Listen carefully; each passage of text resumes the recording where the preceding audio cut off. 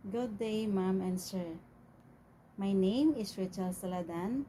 I am 51 years old from the Philippines. I am widow with 19 years old son. I have work experience as domestic helper for almost 8 years in Kuwait and 20 years in the Philippines. My main duties are ironing, cooking, cleaning the house, washing the clothes, marketing, take care of the children, and assisting to the elderly for their daily needs and medicines. I want to work in Hong Kong to earn more money and to help to my family.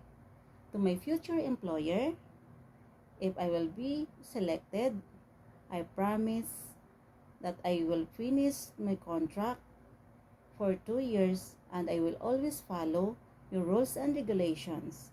Thank you very much and have a nice day.